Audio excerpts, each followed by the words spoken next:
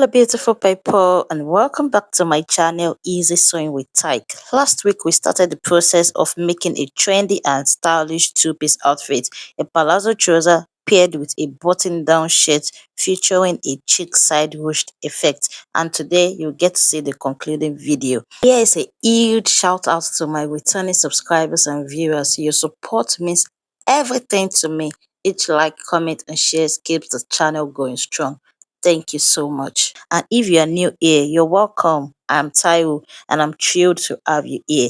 Before we dive in, hit that subscribe button if you haven't already. Give this video a thumbs up. Drop any comments or questions below. I love hearing from you. And also don't forget to share with your friends so that YouTube can recommend this video to more awesome people like you.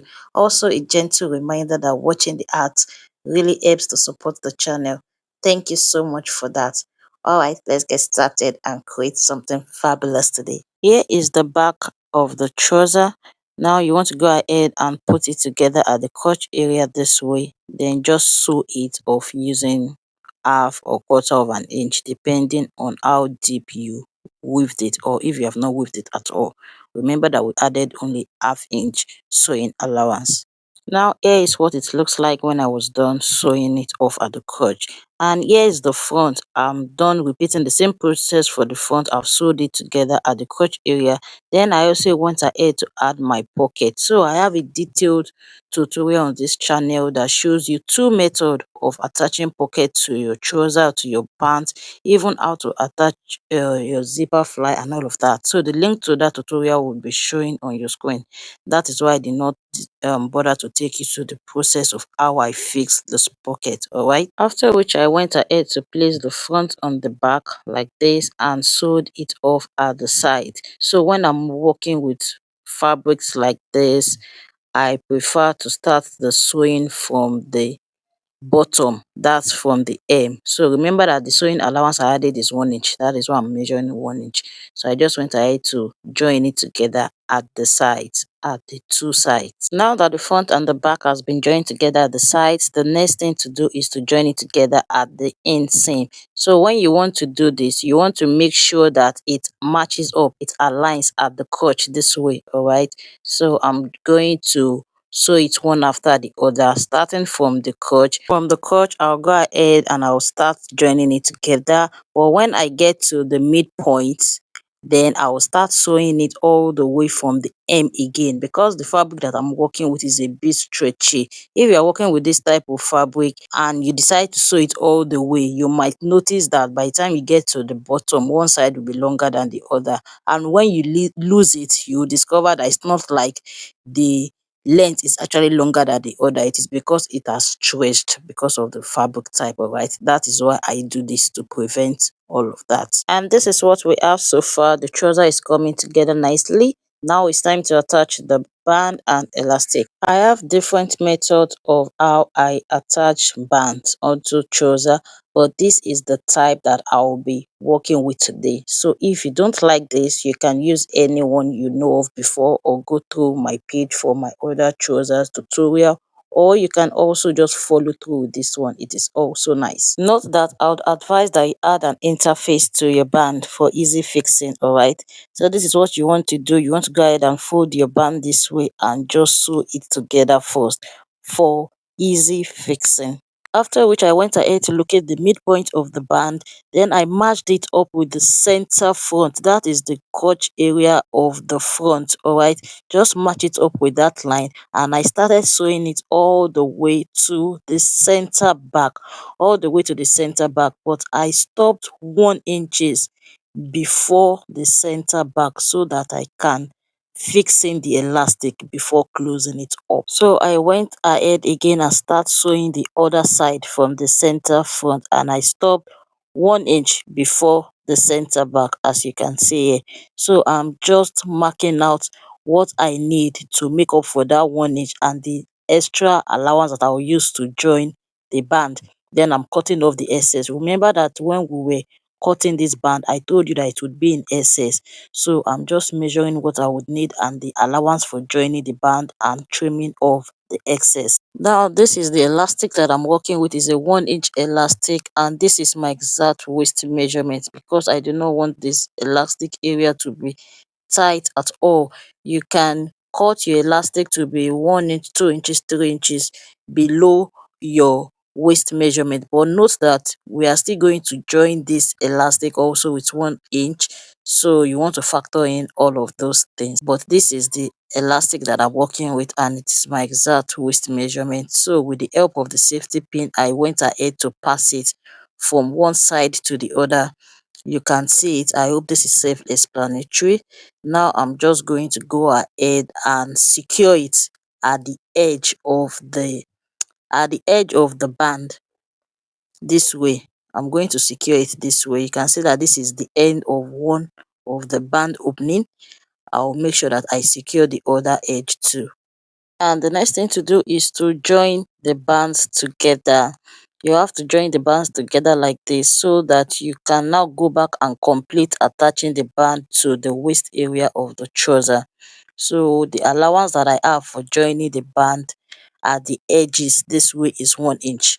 You can see that that is what I'm measuring, so I'm going to go ahead and sew it off this way. Then I will go ahead and attach it, the remaining 1 inch that I left at both sides earlier. I'm just going to go ahead and sew it off, and this is how it looks like. All right, so you want to make sure that you weave that part. Okay, I'll do mine later. Now the final thing is to sew it off at the hem. Just go ahead and fold it using the hemming allowance that you added to your trouser. I added 2 inches to mine, but I'm folding in 1 inch now all around. When I'm done, I'll go ahead and fold another 1 inch. This is because of the type of fabric that I'm working with. Okay, and this is it. The trouser is ready. Now moving on to the shirt. This is the shirt placket. I've gone ahead to fold it and adhere it with an M gum, and I'm going to be showing you how I did that using the pattern. I already did this when we were cutting, but here we go again. So I folded in 1/2 inch. Remember that I added 3 inches for the placket. What I have left there is 2.5. So by folding it into two means that I have 1.25 inches for the placket width. So I just went ahead to use the M gum to adhere it neatly so that stitching and sewing it can be easy, because the fabric stretches a bit. Now I'll just go ahead and stitch it neatly. So what, I went ahead and I placed the front on the back and I joined it together at the shoulder using 1/2 inch. I also went ahead to attach the sleeve, making sure that the center of the sleeve matches up with the shoulder line. Alright, so I went ahead to sew it using 1/2 inch. And this is what we have. You can see that the front and the back has been joined together neatly at the shoulder, and the sleeve has been attached too. Moving on to the collar. So I went ahead to fold the neckline this way, and I took my tape measure to take the measurements to know what I have there. So this is it. At the front neckline, from the placket all the way to the shoulder joining, I have 5.5 unfold, while from that shoulder joining all the way to the back, I have 8. I have 8.5. So meaning that the back neckline is 3 inches unfold, while the front is 5.5 unfold. So I prefer drafting the collar on the interface that I want to use, alright, instead of the fabric. So you can go ahead and bring out your hard stay or your soft stay depending on how hard you want the collar to be. Now this is my stay. I just went ahead to rule a straight line. That is my baseline. Alright, that's where I'm starting my measurement from. Note that this interface that I'm working with is on fold. Now I'm going to go ahead and take the measurement, the neckline measurement, which is the 8.5, and connect it together like this. Now from that baseline, I'll go ahead and measure the height of my under collar. So I want it to be 1.2 inches. Though this is a cut together collar, I won't be separating the under collar or the outer collar, but still go ahead and measure out your under collar, and I'm working with 1.2 inches. So I'm just going to rule a straight line like that. Afterwards, I'll go ahead and measure out the outer collar, and I'm working with 2.5. I don't want it to be too wide. Okay, 2.5 is fine. Then I'm also going to connect it together like this. Afterwards, I went ahead to label it OC, which is the outer collar, and UC, the under collar. On the line connecting both the OC and the UC together, this line just come in by 1 inch or 1.2. Alright, then from that marked line, you want to go ahead and give it a curve this way. It's not compulsory, but most shirt collar usually have it curvy. You can have it square shaped, but just go ahead and give it a curve this way. And on the line that marks the outer collar, just extend it by 1/2 inch and connect it to that line, to that marked line that we came in by on the line connecting both the under collar and the outer collar together. I hope that you get that. Just follow through with what you can see me do on the screen. Now, if you want the tip of your outer collar to be more pronounced, you can come out by 1 inch. All right, not the 1/2 inch that I used here, but I do not want the tip to be too bogus or too pronounced. That's why I came in by just 1/2 inch and I connected it like this. I went ahead to trim off the excess so that it will not be confusing. That is the center back, and the one I just marked now is the center front. The center front have the curved shape. Okay, so at the center back on folder, we just go ahead and measure out 3 inches, or you can use 3.5. All right, now come up by 1/2 inch or 1/4 inch and just connect it all the way to that marked line. You can make use of your curve, your armhole curve this way, because that is the part that we are going to join to the front neckline, and you know that it is curvy. So because of what we just did now, I have to go ahead and withdraw the curve, all right, so that there will be no shortage. You know that this is the exact neck circumference. This is the exact neck measurement, which is the 8.5.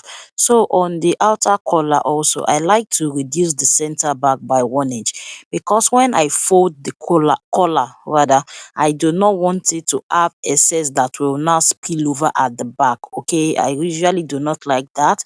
That is why I like to reduce the outer collar by 1 inch. So I came in by 1 inch at the center back, and I'm just going to slant it all the way to the center front. And I've gone ahead to transfer it onto the fabric. The fabric too is on fold, and I have two of it for the main collar and the lining, and I added 1/2 inch all around. So I went ahead to fold in one of the 1/2 inch onto the interface like this using an M gum. All this is for easy fixing. Now just go ahead and sew round the collar with the 1/2 inch allowance that was added. Alright, then go ahead and notch it, especially at that side. You know that this is a cut together collar. Notch it all around, trim off all the excesses, and turn it inside out. Afterwards, I went to iron it off camera. I gave it a good press, and I also stop stitch around the outer collar. This is optional. So the remaining part of the under collar that we have left out there, just notch the midpoint and then notch the center back neckline. Then you just want to match it up and fix the collar along the neckline. You can hold it down in place with your pins. Afterwards, just go ahead and sew it. This is what I have. We are almost done fixing the collar. All you have to do is just to place it this way and just sew neatly right on top of the collar, and that is it. You can go ahead and top stitch all around the collar now. Like I said earlier, it is optional. I also went ahead to fold the hem of the shirt and also the hem of the sleeve.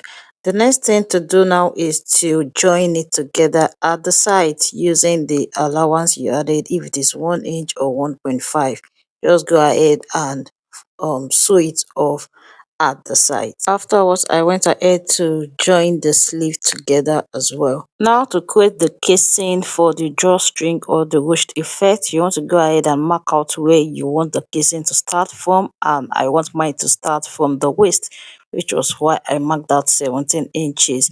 Then the allowance, the sewing allowance that you have at the side, that way please go ahead and weave yours before you do this, or if you have like 1.5 inches allowance, you can fold it.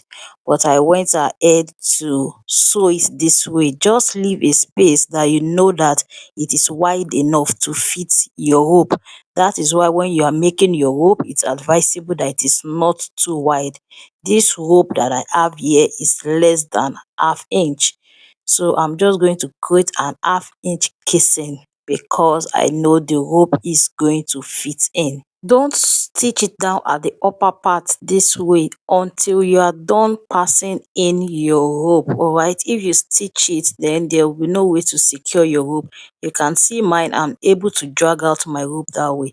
Now that the ropes has been passed in, then I can now secure it down with my stitch, both the rope and the casing. And voila, the stylish two-piece set is complete. I hope you gained some valuable insight and enjoyed the process. I'd love to see how your project turns out, so be sure to share them with me on social media.